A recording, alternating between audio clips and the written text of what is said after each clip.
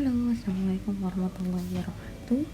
Bertemu kembali dengan video pembelajaran kali ini dengan topik basic concept of parameterization gitu ya. Adapun outline pada video kali ini gitu ya, ada yang pertama definition, kemudian basic concept gitu ya. Kemudian apa sih pentingnya gitu ya parameterization, kenapa kita membutuhkan itu gitu ya, sama beberapa penjelasan sedikit terkait jenis-jenis dari parameterization gitu. Nah, karena ini kayak introduction of parameterization, so I expect that this video will be no longer gitu ya, nggak akan lama, karena masing-masing dari proses itu akan dibahas di pertemuan selanjutnya. Oke, langsung saja definisi gitu ya. Sama seperti biasanya gitu ya, saya akan ngasih kalian beberapa definisi yang mungkin yang dapat melengkapi gitu ya each other, satu sama lain gitu. Nah, yang pertama itu dari buku yang saya jadikan tugas gitu ya, atau yang saya suggest, yang saya jadikan referensi pada mata kuliah NWP gitu ya, yakni Parameterization Schemes punyanya Stanford DJ 2009 gitu. Nah, dalam bukunya tersebut gitu ya, Stanford bilang bahwa parametrisasi itu adalah proses gitu ya, dimana gitu ya proses-proses fisik yang penting gitu ya, utamanya yang ada pada molecular scale atau skalanya itu molekuler gitu ya, kecil banget gitu ya, yang tidak dapat diselesaikan secara langsung oleh numerical model, berapapun resolusi model yang digunakan kayak gitu. Jadi menurut Stanford, parameterisasi itu adalah cara gitu ya, cara atau proses di mana gitu ya, proses-proses di mana proses fisik gitu ya, proses fisik yang dia important, yang dia itu penting pada skala yang sangat kecil gitu, itu tidak bisa diselesaikan secara langsung gitu ya oleh model gitu ya, mau resolusi modelnya itu berapapun kayak gitu.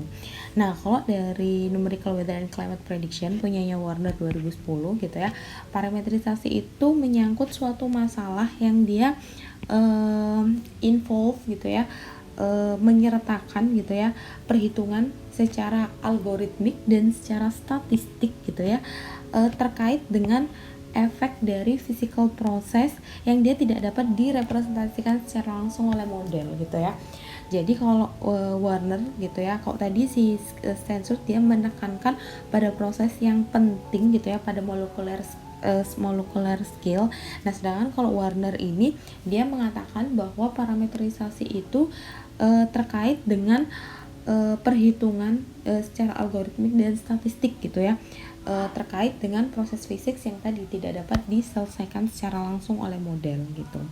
Nah, beda lagi kalau menurutnya UWM gitu ya, tahun 2019, Introduction to Numerical Weather Prediction. Parameterization itu adalah proses pada skala tertentu gitu ya, yang tidak dapat diselesaikan oleh model, yang mungkin dia itu penting secara sosial gitu ya, ataupun terkait dengan kualitas dari model forecast itu gitu ya, dimana dia direpresentasikan gitu ya dengan cara dimana dia dapat dihitung atau direpresentasikan dengan cara gitu ya, menghitung atau mengetahui hubungan relationship dari variabel yang diketahui pada model grid gitu. Jadi kalau parameterization itu adalah menghitung sesuatu yang sangat kecil, yang mungkin dia tuh unknown gitu ya, variabelnya tidak dapat diketahui atau mungkin nggak dapat diderive langsung dari suatu persamaan gitu. Nah, di UWM ini dia menekankan bahwa kita bisa gitu ya merepresentasikan variabel atau proses yang kecil tersebut apabila kita mengetahui variabel yang diketahui, apabila kita dapat menghitung atau mengetahui variabel yang dia diketahui atau dihitung oleh model gitu. Jadi tetap aja namanya pendekatan gitu ya, whatever the definition gitu ya. Kalau kalian pahami gitu ya, three of them gitu ya, itu emphasis di cannot be resolved directly gitu ya, cannot be represented directly gitu ya, and then unresolved by a numerical model. Ini artinya apa gitu ya? Bahwa parametrisasi itu dia implicit gitu ya. Jadi dia tidak diselesaikan langsung oleh model gitu. Maksudnya bagaimana gitu ya? Ya kan kalian kemarin nanti kita ngomongin ini di basic konsep sih gitu ya. Jadi kan ada perhitungan atau proses yang memang dia diselesaikan langsung pada perhitungan grid model gitu ya. Misal kayak yang kemarin kita tahu gitu ya, bahwa misal kayak ada efek angin gitu, atau misal efek angin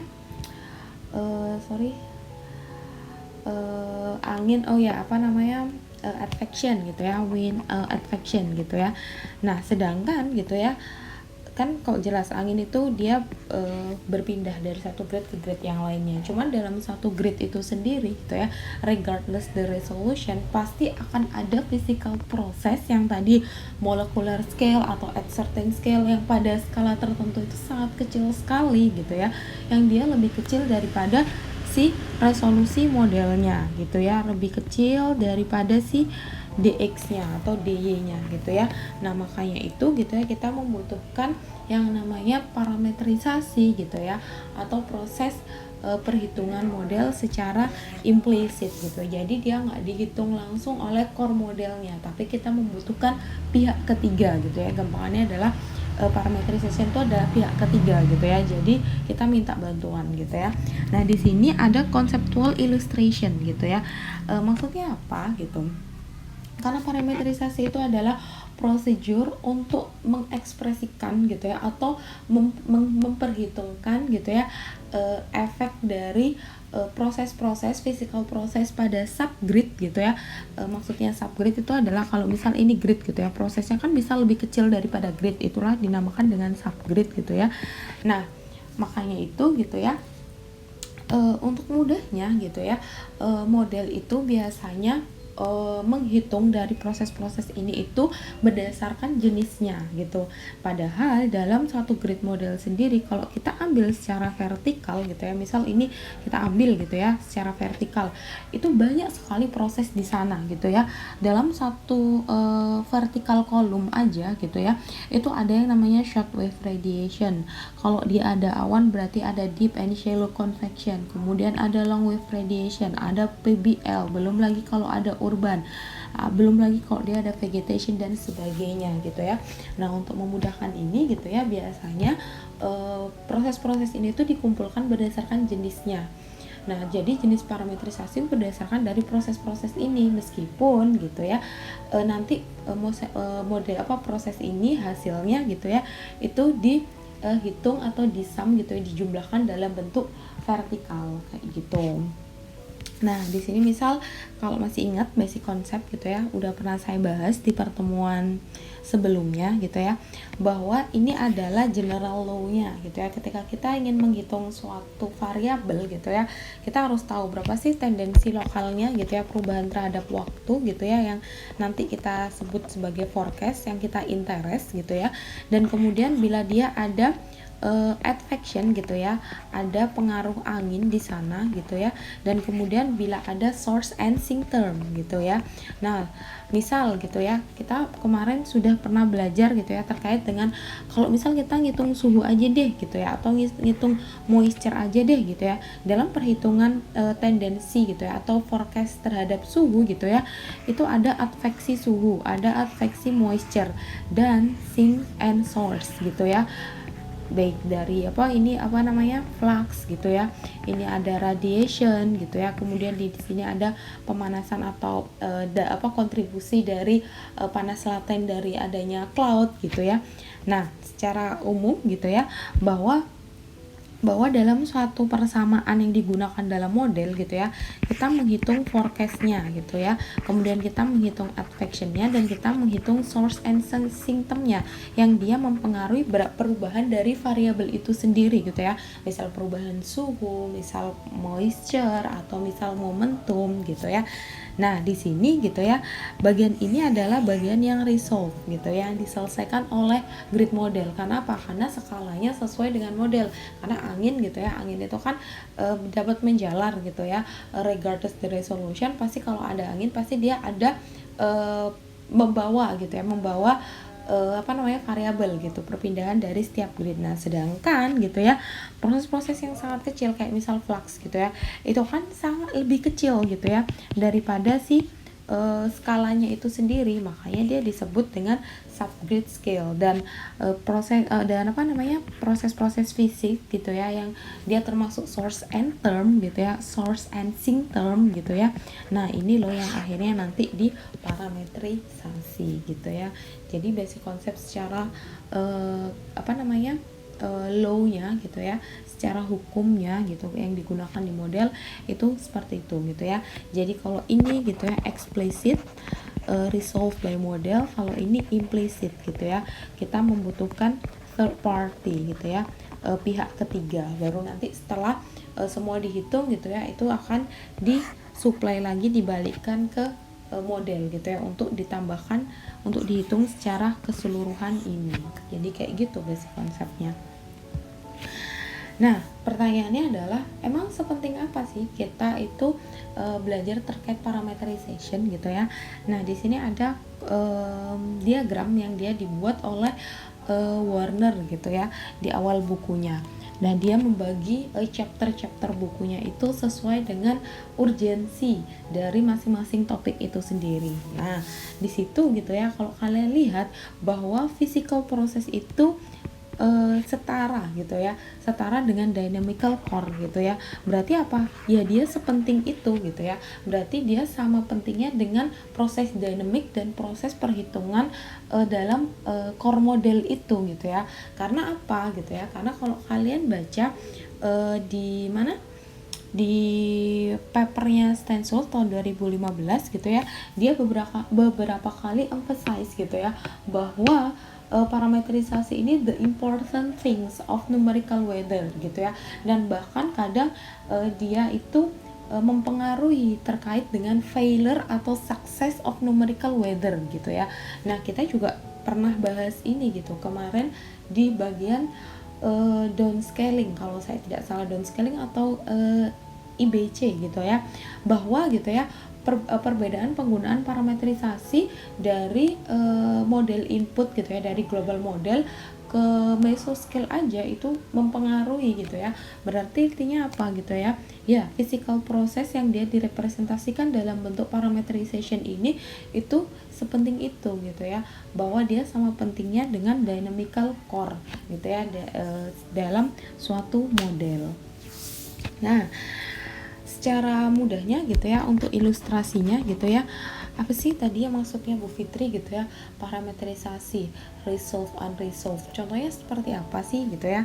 Nah, misal untuk memudahkan gitu ya, mengilustrasikan bagaimana sih suatu proses itu perlu atau tidak untuk diparameterisasi gitu ya. Pertama gitu ya, misal kalau kalian waktu mendengarkan video ini atau waktu mendengarkan video ini coba kalian lihat gitu ya, keluar jendela gitu ya, pasti kan ada awan yang kecil, awan kapas yang kecil-kecil banget gitu ya, atau yang biasa disebut dengan cumulus humilis misal gitu ya. Nah, coba deh kalian perhatikan kira-kira berapa sih diameter dari awan tersebut gitu ya, kira-kira berapa ya diameter dari awan cumulus humilis yang kecil, lucu-lucu, imut gitu ya. Ya, let's say gitu ya, let's say dia berapa sih gitu ya, misal ya sekilo lah paling gede gitu ya, atau enggak misal ratusan meter gitu ya, hundred of meters gitu ya, atau misal 1 kilo gitu ya. Nah, sekarang bandingkan dengan berapa resolusi dari current operasional gitu ya, misal ini nih gitu ya, ini kan adalah awannya gitu ya, awannya kecil-kecil gitu ya, ini awannya kecil-kecil gitu ya.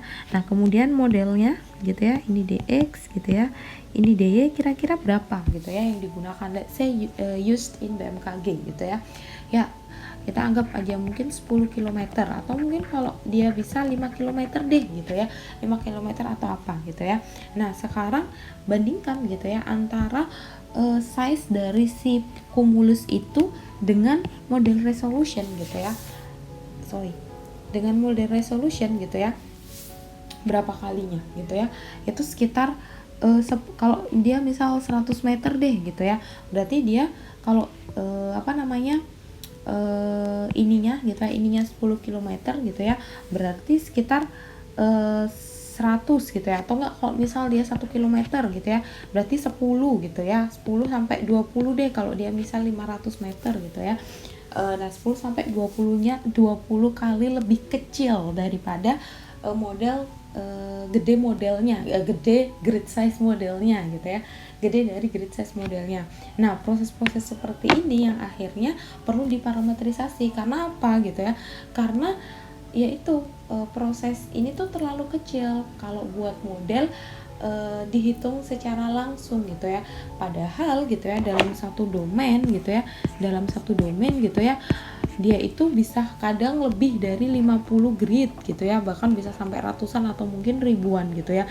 Nah kalau dia satu persatu diselesaikan gitu ya, ya itu akan mahal banget gitu. Nah proses-proses yang kecil ini loh gitu yang akhirnya perlu diparametrisasi gitu ya.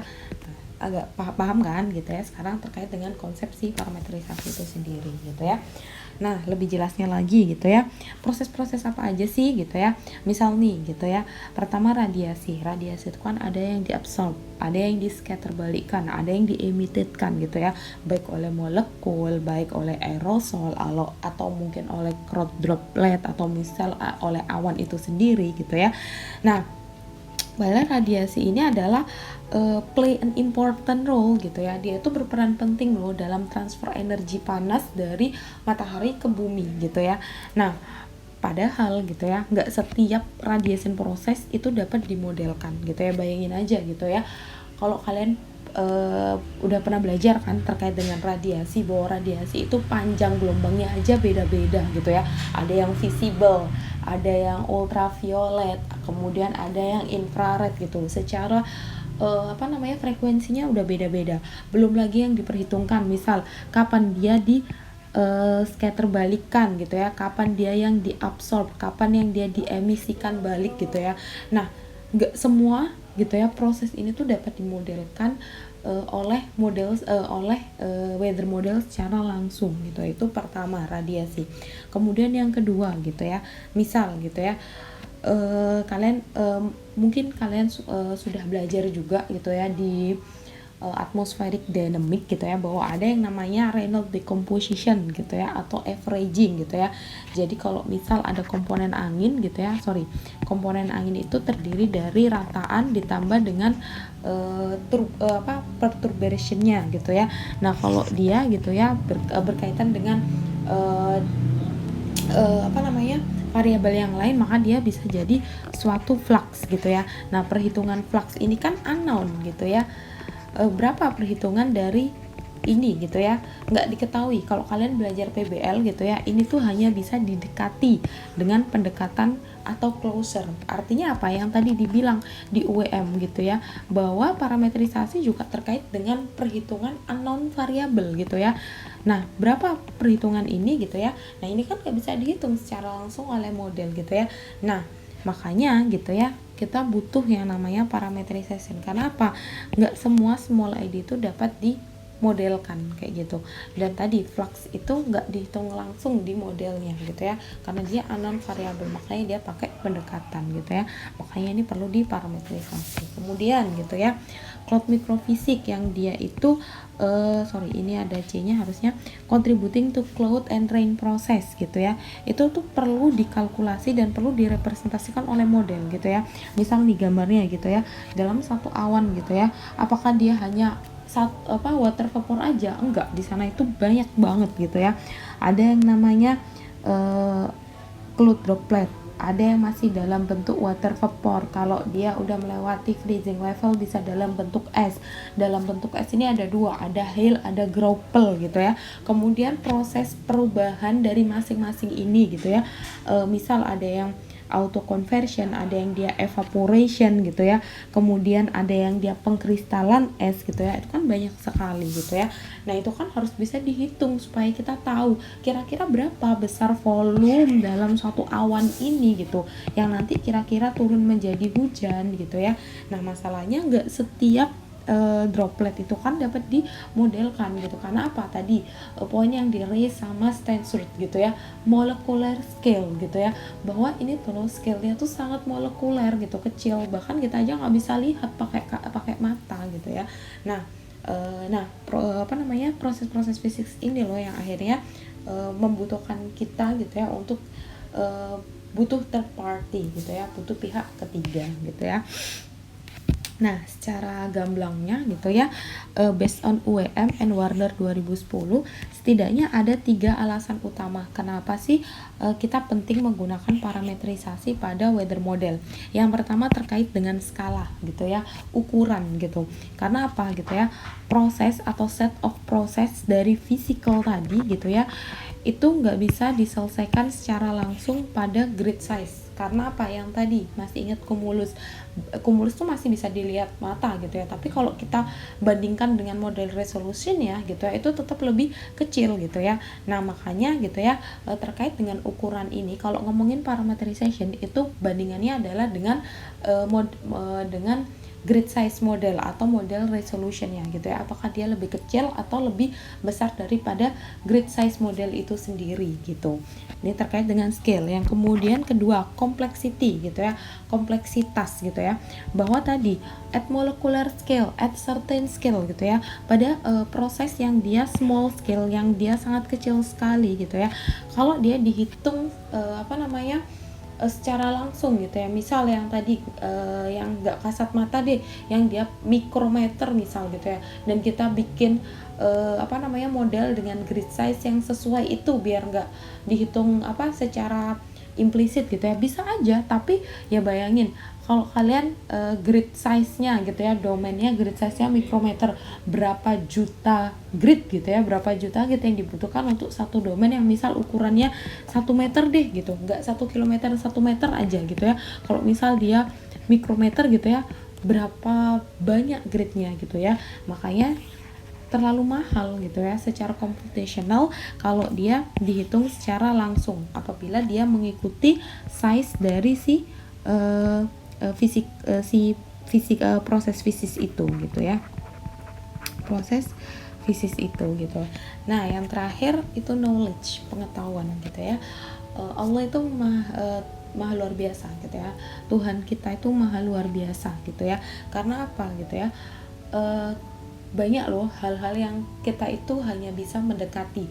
Siapa yang pernah tahu gitu kira-kira dalamnya awan CB, let's say gitu ya, tropical cyclone gitu ya, ada awan cumulonimbus gitu ya, dalamnya itu beneran ada yang namanya updraft dan downdraft kuat misal gitu, atau misal ada auto conversion, ada perubahan jenis microfisik di sana gitu ya, hydrometeo particle di sana gitu ya. Siapa yang tahu, selama ini kan kita mendekati gitu ya by observation gitu, misal dari radar atau misal dari satelit gitu yang paling mudah gitu ya. Cuman kenyataannya gitu ya, manusia itu terbatas secara knowledge gitu ya. There is no insufficient knowledge about the relevant process gitu ya. Beneran nggak di sana ada drying? Beneran nggak di sana ada panas laten yang keluar? Selama ini kan kita mendekati dengan hukum fisika gitu ya. Kemudian kita translate menjadi matematika supaya dia dapat diselesaikan gitu ya. Nah, karena keterbatasan dari knowledge ini gitu ya, makanya gitu ya, kita pun untuk menghasilkan atau mendekati atau menghasilkan equation yang dapat di solve gitu ya, itu juga terbatas gitu ya. Makanya gitu ya, kita membutuhkan yang namanya parametrisasi gitu ya. Karena apa? Karena kebanyakan parametrisasi itu kalau dibilang si Stensrud gitu ya, dia itu terbatas gitu ya, terbatas dari kompleksitas gitu ya. Jadi dia hanya bisa menyelesaikan sesuatu yang dia kira-kira gitu ya, fundamental gitu ya. Makanya physical process ini nggak semuanya dapat dihitung gitu ya, tapi didistilled kalau istilah katanya si Stensrud gitu ya. Jadi difilter gitu ya, mana aja yang dia menjadi the most essential komponen yang paling penting gitu ya, dalam numerical weather kayak gitu. Nah, karena apa? Karena itu untuk memudahkan perhitungan sesuatu yang sangat kompleks gitu ya. Karena apa? Ya balik lagi manusia tuh terbatas secara pengetahuan. Jadi seperti itu. Nah, meskipun gitu ya di Stanford itu dibagi gitu ya banyak sekali proses-prosesnya gitu, dan ada beberapa jenis parametrisasi baik yang common maupun uncommon gitu ya, baik dalam bukunya maupun dalam papernya gitu ya. Nah, ini dari Comet gitu ya 2009 sebenarnya banyak sekali proses dari di atmosfer ini yang dia itu sebenarnya skalanya lebih kecil dari model resolution gitu ya. Ya, yang pertama misal gitu ya, radiasi itu ada incoming, kemudian ada scattering gitu ya, kemudian ada absorption gitu, ada reflection gitu.